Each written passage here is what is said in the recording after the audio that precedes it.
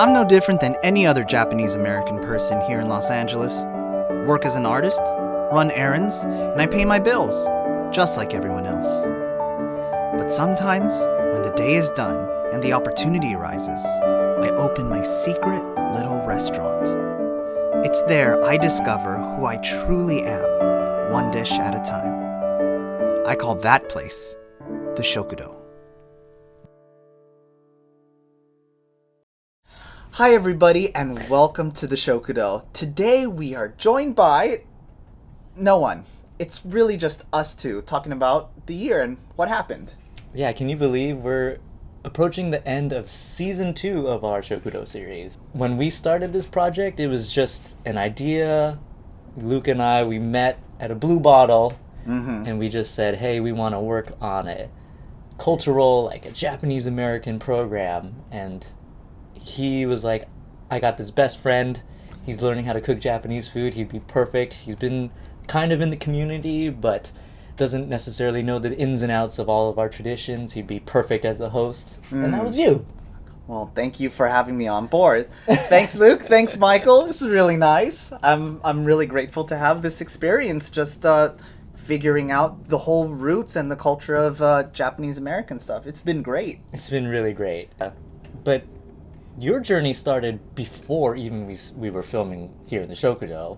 Yes. You started learning just Japanese cooking on your own through like YouTube videos or something, right? Basically, after working in Sunny Blue, the local rice ball place, for 3 years, that's when it started to like really take off. It's when I started to get really excited about making Japanese food and just making food in general and learning like how to do things a little bit better every time I cooked. And then that's when I would go online and find just one cookbook. I'd find all these different YouTube sites, Party Kitchen, that would just teach basic Japanese cooking. And it's just been wonderful making all these mistakes, but then getting better every single time. Yeah, and your cooking has come so far. Oh no. Look, I see it. Whoa! That was so cool. It's dark.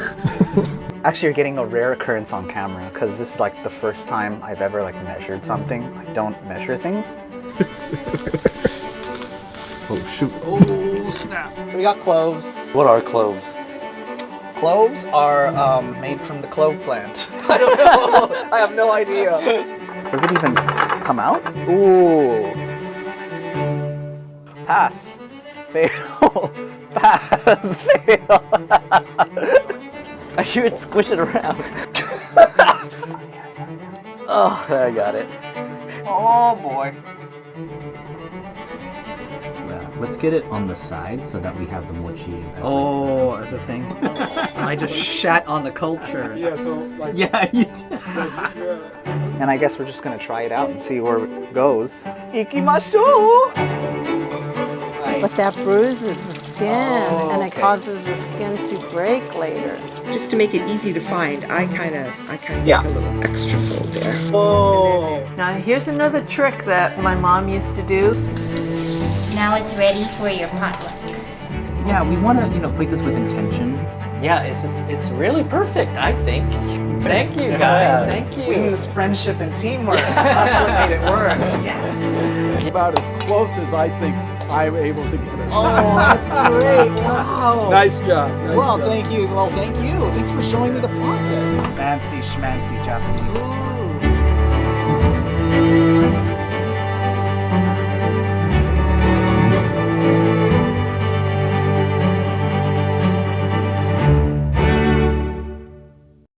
What is one of those dishes that you feel like you've really perfected over these years? Katsu curry. Oh yeah. I love a good katsu curry. Holy crap, it's so good.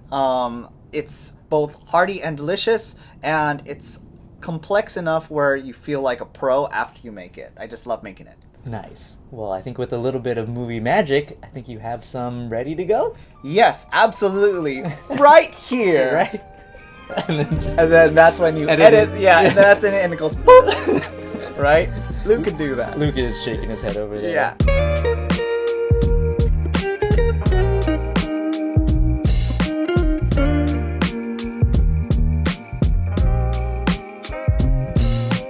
right, Michael. So what I made you is the katsu curry. Looks so good. It's finally time. No longer are the days where we have to wait till after shooting where we eat cold, hard, dead food. We can finally eat warm food. I know you're waiting for this. I was waiting for this moment. Let's eat. All right. Just like that. Sorry, I just thought of something. Why don't we do it where it's like exactly not exactly.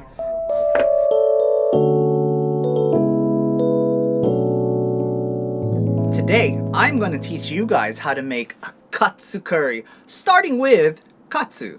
First thing we're going to do is we're going to season it with salt and pepper. I like to season both sides.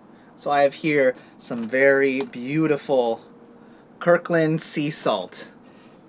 I'm not fancy, so this is what I use. Here we go.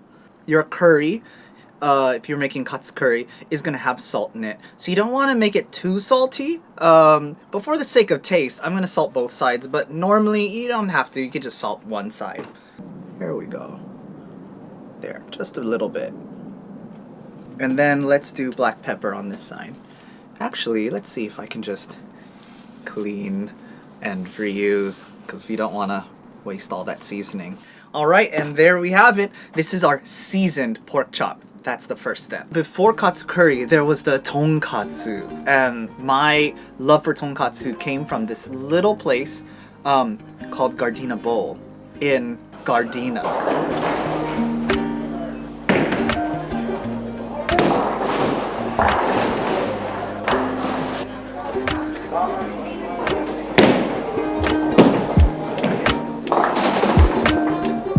The only thing that wasn't the same, I remember, is that corner right over there.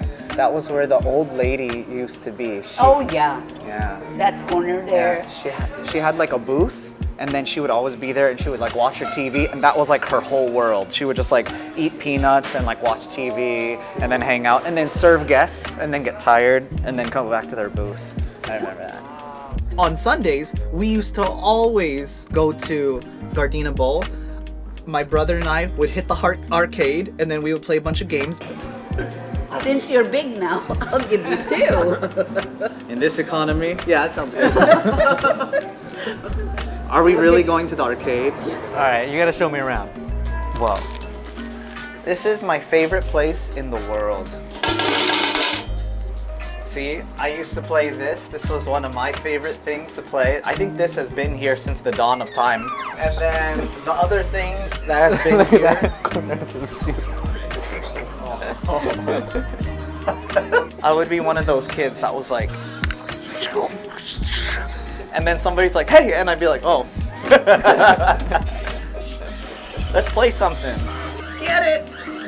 Ah! Metal Slug Plus, 2 plus, X plus, 3 plus, 4 plus, 5 plus. You're going too fast. 6 plus. You have no idea how much I love. But afterwards, we would come back, and I would come back to this huge plate of 3 tonkatsu fillets with like rice. This made me a happy boy. And I remember I was a big boy, and I used to just like consume all 3 katsus, and it was like the best meal of my life. I would just like blindly eat it in like a stupor, just like, and I used to put the tonkatsu sauce.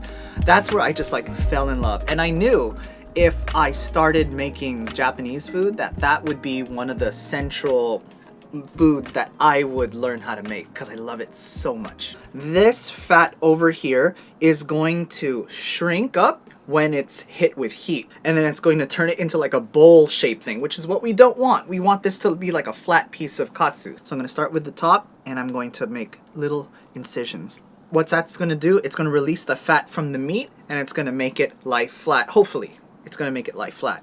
Last step. Now when I started out, I used to get my mallet, and I used to go and it would flatten it out, making it look like you got like more meat basically. But I want it to feel like a steak. I want it to feel like plump and juicy. So for that to happen, I'm in the camp of making little pokes on it, and that prevents it from flattening out. Because I don't want it to flatten out, I just want it to tenderize. I'm gonna do that. Usually with a pointed knife, I would just stab it, but I'm doing what I can with a kiri.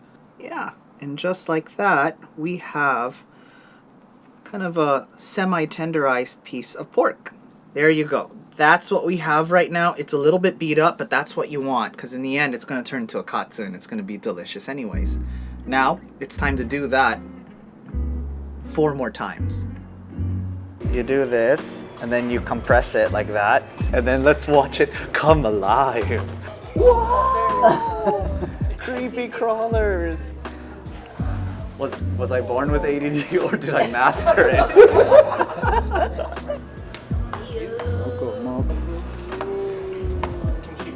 This was such a popular dish in my days. Thank you. That looks like that. Let me see if the taste, if I remember the taste of it. Look, that's the Okeya. It's the same. He always talked about Gardena people, Gardena friends, and he would say, oh yeah, we always go to this place called Gardena Bowl. We also come here during basketball, after basketball, with Junie's basketball team. Did you ever bowl at all? Like really bowling? Nobody did. Nobody did. Yeah. Yeah. So it's only Gardena, don't worry about the bowl. The only bowl that I've been to here is the bathroom. The toilet bowl. In this bowl, we have flour. This is the first step. The binding is going to be the eggs, and basically what that does is it binds the panko, which is the third one, together with the egg and the flour, turning it into like a breaded katsu. Poke, poke. And we do something like that. I like the sound. Ding, ding, ding, ding, ding, ding, ding, ding, ding. It's my Chinese side coming out. Ding, ding, ding, ding, ding, ding. All right, that's it. That's all we need. And we'll start with the first guy. Gonna dredge it in flour. Screw it. I'm just gonna use my hand. It's fine. It's fine. I washed my hands like 3 times. So one of the beginner's mistakes that I used to do is I used to get this hugely floured thing and then toss it in the egg and toss it in the panko. You don't really want that, because the more stuff you have on your pork loin, the more it's going to go in the oil. So you don't want all that flour in the oil, because the oil will turn brown faster, causing it to burn faster, which will give it a burnt taste. So what you do is you slap it like a bad boy. That's what I do. Just do that. Bind it with egg. So we're gonna put it in there. So the egg is now sticking to the flour, which is fantastic. And then the last thing, I was supposed to put the panko in here. Panko. We're gonna do this. What I do is I get it from the bottom and I just sprinkle it on top. Why? Because it feels right. And I've seen the people in Japan do that. You just kind of pack it in. Every part that you see meat, you just want to cover it up. Alright, and then just shake off any excess, and then that's it. That's your breaded cutlet. That's what we're going to use. That looks brilliant.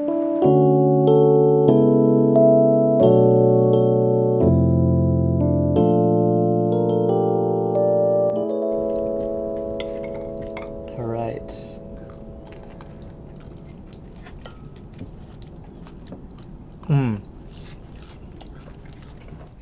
So good.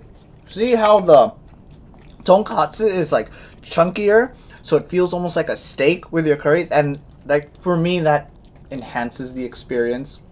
I like this version. It's a nice thick piece, but it's tender. It's not dried out. Yes. All the episodes that we've been doing, if I had to say something about what I've learned through the journey, is every single time I make stuff, it just carries over to what I normally make. So things like making andagi and frying things right. That's the tonkatsu. Or making curry and doing the right proportions of salt and everything. That goes into the curry and goes into the rice. So it feels good. Today it finally feels good to make something so, I guess, refined than what I usually make. When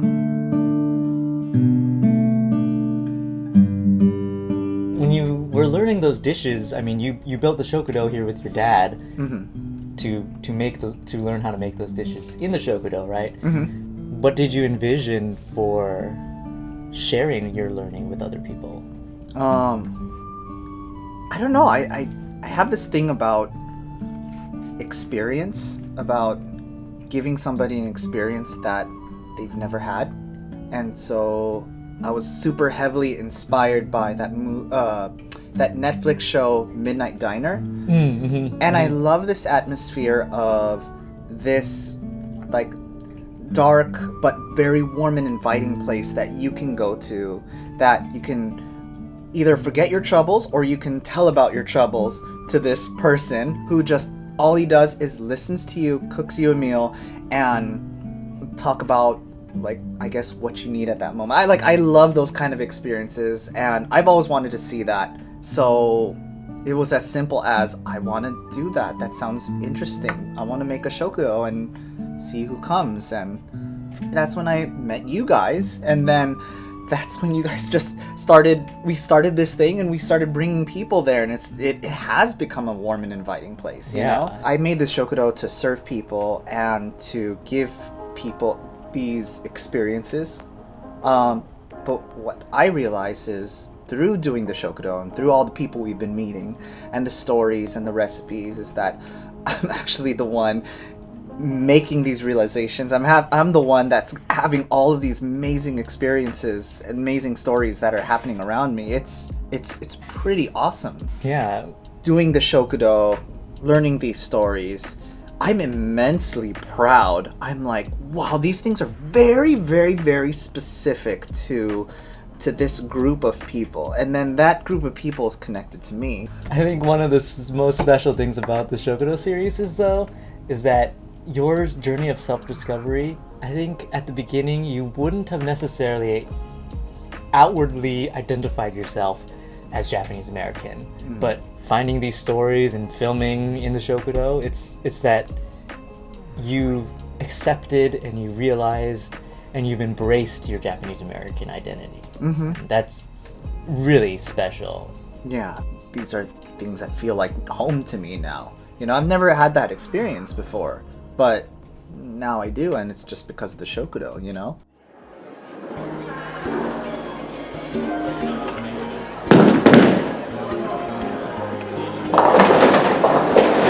Did you come here with, like, the grandma and grandpa? Did they ever come here? Yeah. All the time. Really? Oh, everybody came here. Did you remember coming here with grandma and grandpa too? Yeah, we always bring them here because they love to eat the food here. Were they with us? Oh yeah. Oh yeah. There used to be a swim school called Roy Swim School in that area where all the Asian people went there to learn how to swim. And my dad, he went in partnership with him to start a swim school out here, Roy Swim School in Gardena. I became a competitive swimmer. That just helped my surfing really a lot, you know. But from the time I got a car, I had a surfboard and I'd go surfing all the time, yeah.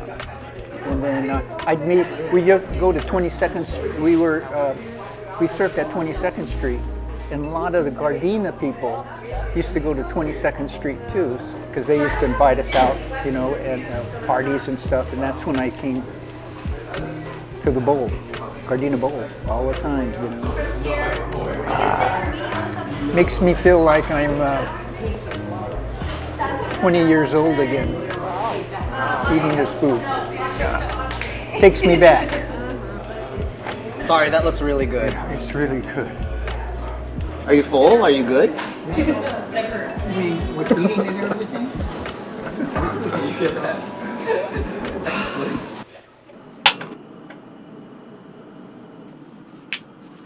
We'll never know until we take the first dip. So we're gonna take our katsu and we're just gonna add it in. Oh yeah, that's good. So already from the bubbles, it's telling me that the oil's really hot. So I calm down the heat a bit and hopefully the bubbles will calm. So let's see what the color looks like right now. So if it's this dark brown, it's only been a couple of seconds, it means the oil's still too high. So this one was my tester tonkatsu, but I think this still will come out well. You don't have a thermometer yet? No, and I don't do that, honestly. I just get bored. I'm not interested. I'd rather do feeling. I'd rather just get used to what feels good and then just keep going by that. Yeah, I'm gonna wait till this one darkens a bit more, just because I don't trust how fast it cooked. The fact that the katsu has still not changed color that much within a minute, and that there are still bubbles, means that this is a good frying temperature. If I loaded up another one and put it in this, that would be really great. This one at least was in there for a good, adequate amount of time. It's a bit darker than what I would have liked it, but that's what the next take is for. Okay.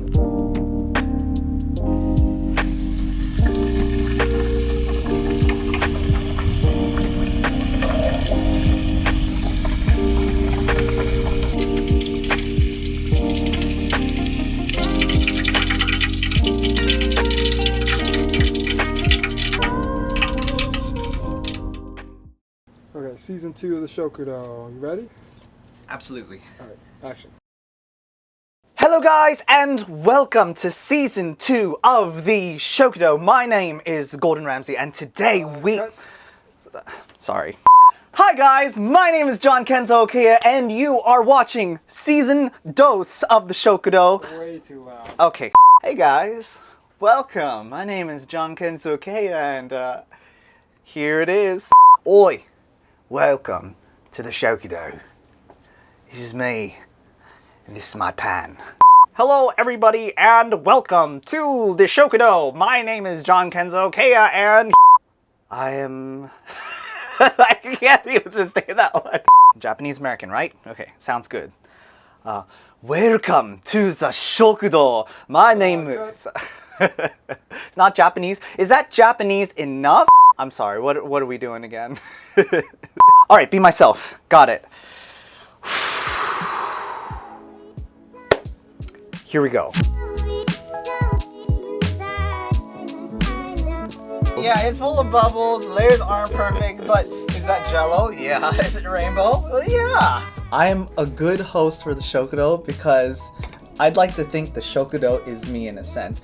It is way not perfect. It's very, very loose wiring everywhere, like as we say, but it has a lot of heart, and that's all I got.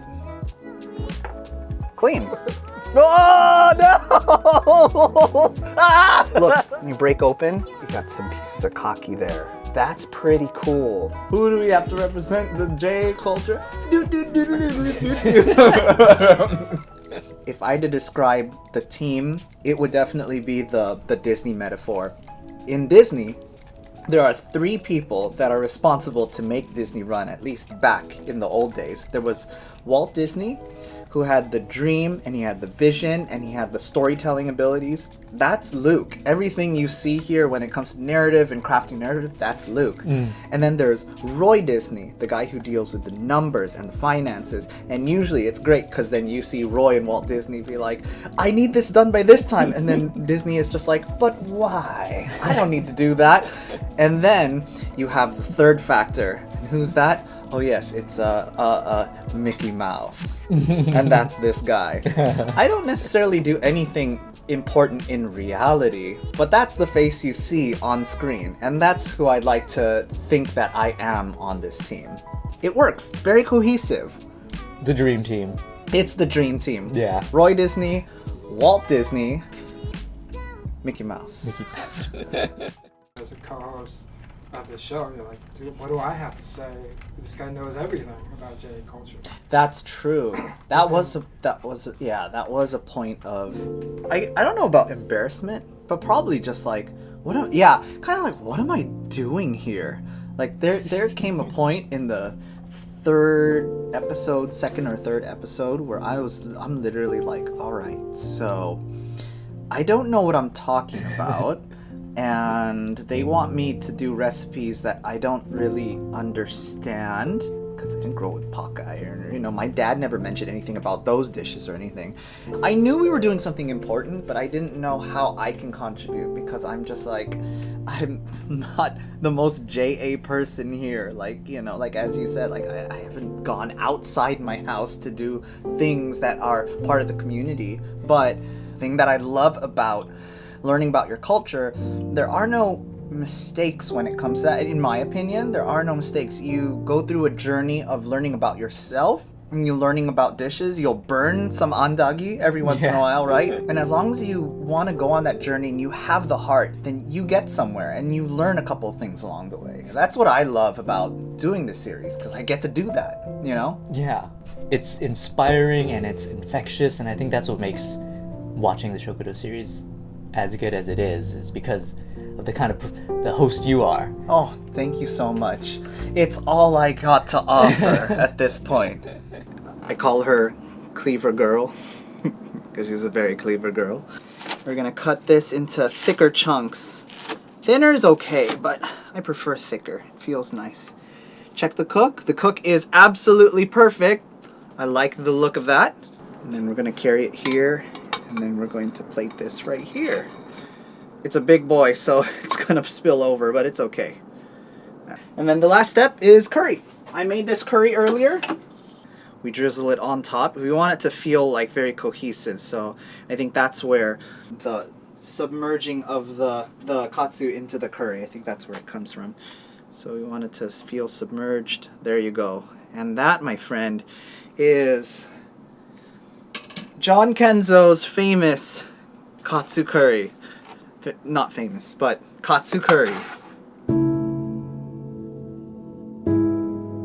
The way that we keep this Japanese American community going is to have that curiosity and to not be embarrassed by it, right? I mean, we're Yonsei, fourth generation, like, what do we know?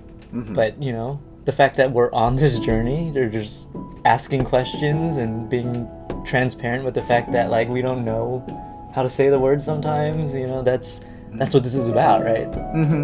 It's the only way Japanese American culture is going to be preserved. Yeah. Is if people pick these traditions back up. Yeah, basically, yeah.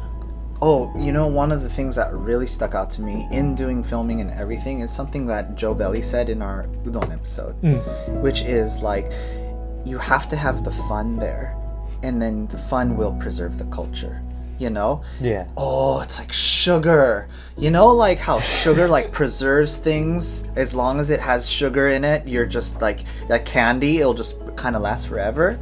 I mean, you think candy, you think the fun isn't really an important part of it, but it is. It's the preservative to keep it going, you know? And it's these things where you volunteer for something, you meet a bunch of nice people, you have a lot of fun doing these programs, or making udon, or going to an obon and volunteering. It's these things and these fun experiences that keep you wanting to come back, to keep you wanting to say, like, I am proud of being Japanese American people, because it's fun. I love doing it. The people are friendly, and I feel it feels like home to me. Yeah. You know? And I want them to feel that sense of belonging when they go and have their own experiences, you know? Yeah. I love that. Yeah. And I think you're really good at making things look fun. Thank you.